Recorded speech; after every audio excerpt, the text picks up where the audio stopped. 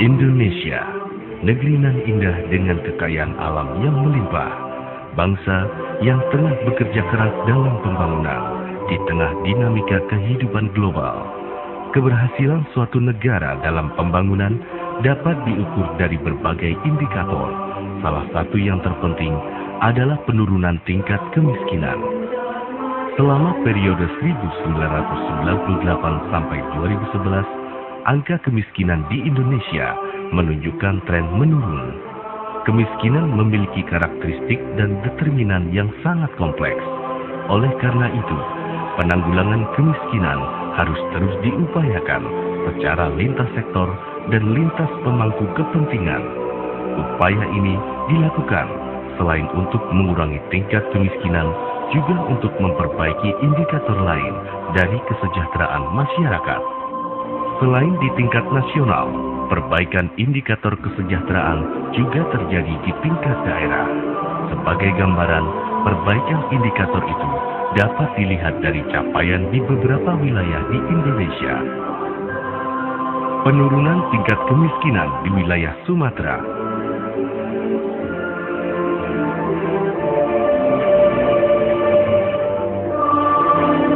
Penurunan tingkat pengangguran terbuka di wilayah Jawa dan Bali.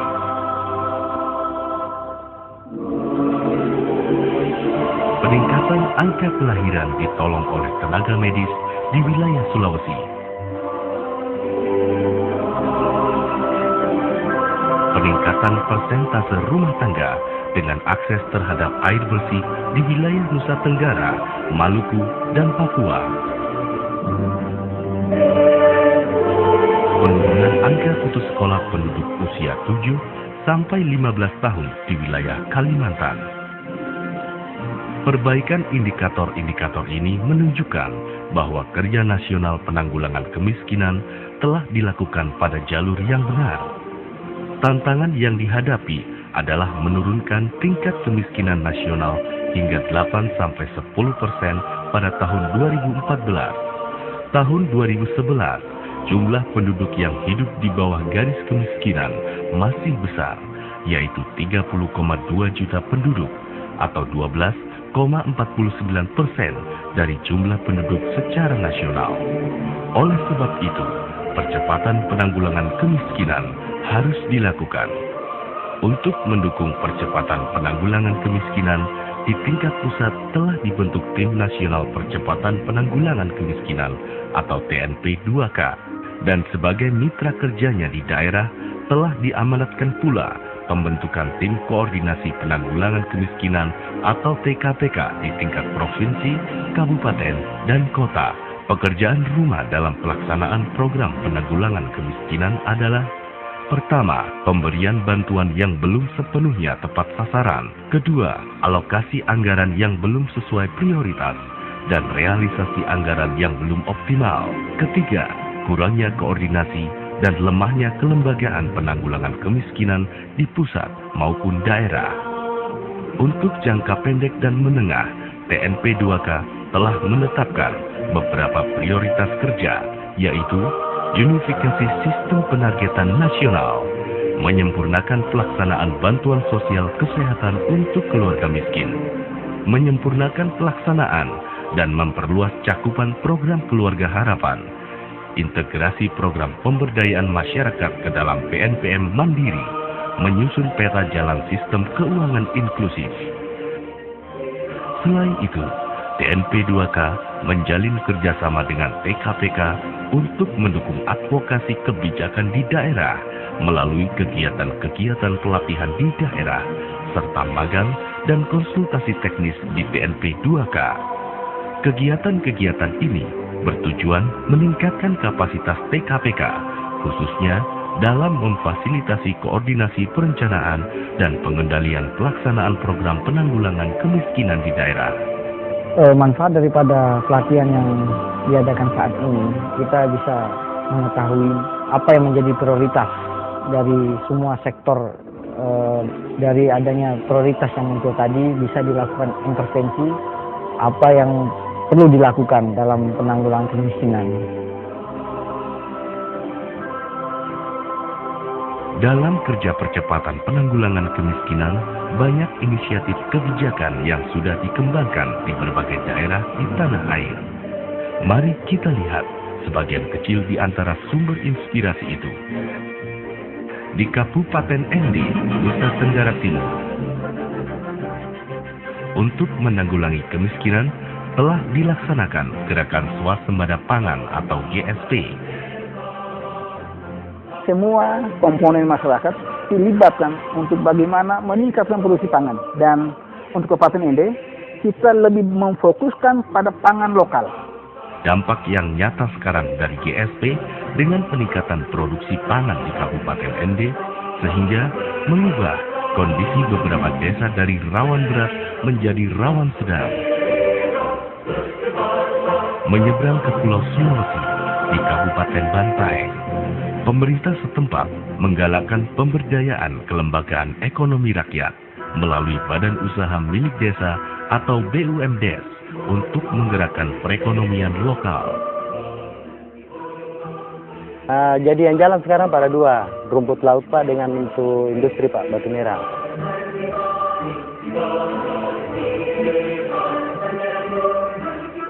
Kekuatan modal sosial juga terbukti di Provinsi Sumatera Barat.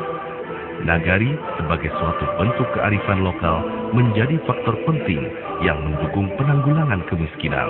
Dan persaingannya berbasis nagari. Kalau berbasis nagari tentu pembangunan ekonominya juga berbasis nagari. Juga di nagari itu juga ada lembaga pemberdayaan masyarakat, kerjasama antar nagari. Nah, ini kan saling isi mengisi, jadi tidak saling tumpang tindih program itu. Dalam implementasinya, Pemda Sumatera Barat memberdayakan semua potensi masyarakat yang terikat dalam nilai-nilai nagari.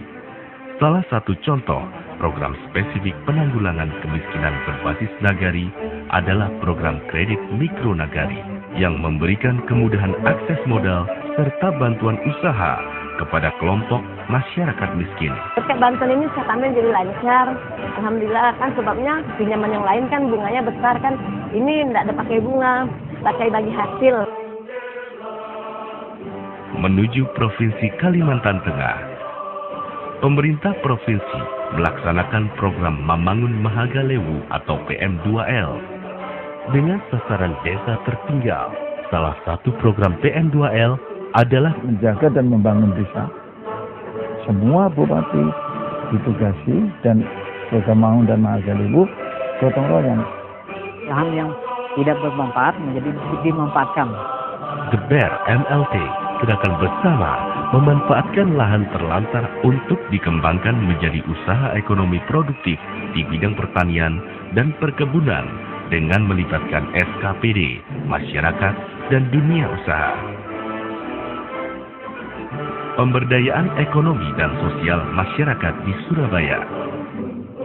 Pengelolaan lingkungan di Surabaya dilakukan secara kreatif melalui pemberdayaan masyarakat untuk mendapatkan manfaat dan nilai tambah dari pengolahan limbah dan sampah yang berdampak meningkatkan ekonomi masyarakat.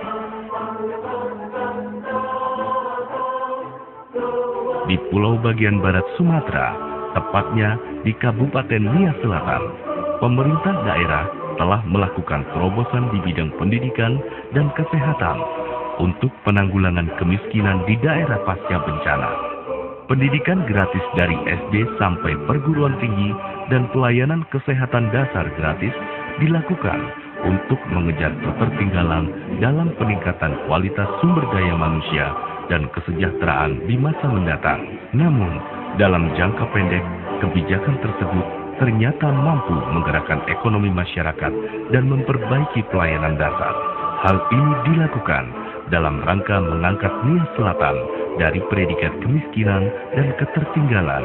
Dulu dari masyarakat yang lain, contohnya mahasiswa yang tidak mampu atau orang yang tidak mampu untuk memberikan anaknya di sekolah, tapi untuk program gratis ini bahkan pun bisa untuk bersekolah. Berobat itu gratis. Obat semua. Kalau pendidikan sudah tidak lagi beban masyarakat, kalau kesehatan sudah tidak lagi beban masyarakat, namanya itu sejahtera. Di Kabupaten Banyumas, Jawa Tengah, Sinergi yang baik antar Satuan Kerja Perangkat Daerah atau SKPD membuat dana BOS tersalurkan dengan baik. Segala kegiatan dibiayai oleh dana BOS, seperti ulangan umum, ulangan tengah semester, sampai ujian akhir sekolah. Untuk dana BOS sendiri kita harus memberikan sosialisasi kepada para sekolah-sekolah baik di dalam cara pembukuan, administrasi dan sebagainya dengan melibatkan dinas instansi yang terkait. Dengan penyaluran cepat, tepat, benar dan utuh dapat meningkatkan kinerja sekolah dan guru, meningkatkan minat siswa untuk sekolah, terutama siswa miskin dan tinggal di daerah terpencil. Mari beralih ke Kabupaten Pati, Jawa Tengah. Sikap proaktif pemangku kebijakan telah meningkatkan pelaksanaan kegiatan dan dampak dari upaya kesehatan masyarakat. Kuncinya terletak pada persiapan kegiatan, terjalinnya komunikasi, asistensi teknis, dan kerja tim dari Dinas Kesehatan dan Puskesmas.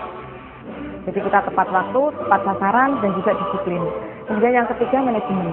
Ini menyangkut perencanaan, pelaporan, evaluasi, dan monitoring. Di Provinsi Jawa Barat, perluasan kerjasama pemerintah dan perusahaan pengelola program CSR telah dimungkinkan oleh penguatan fungsi fasilitasi perencanaan program itu dari pemerintah provinsi, dari penyediaan informasi program prioritas hingga kerjasama pemantauan dan evaluasi pelaksanaan program. Di sini masyarakat sangat membutuhkan sekali pembangunan pelayanan kesehatan, karena kalau ke puskesmas induk di sini sangat jauh. Tapi alhamdulillah dengan dibangunnya di sini, masyarakat sudah tidak menggunakan lagi biaya yang tinggi di sini karena sudah ada fasilitas di sini. Di Bumi Cendrawasih, Kabupaten Sorong Selatan, saat ini sedang giat-giatnya dilakukan pembangunan infrastruktur dasar untuk meningkatkan aksesibilitas masyarakat, sehingga dapat membuka isolasi, mempermudah jalur ekonomi, mempermudah akses terhadap pelayanan pendidikan dan kesehatan.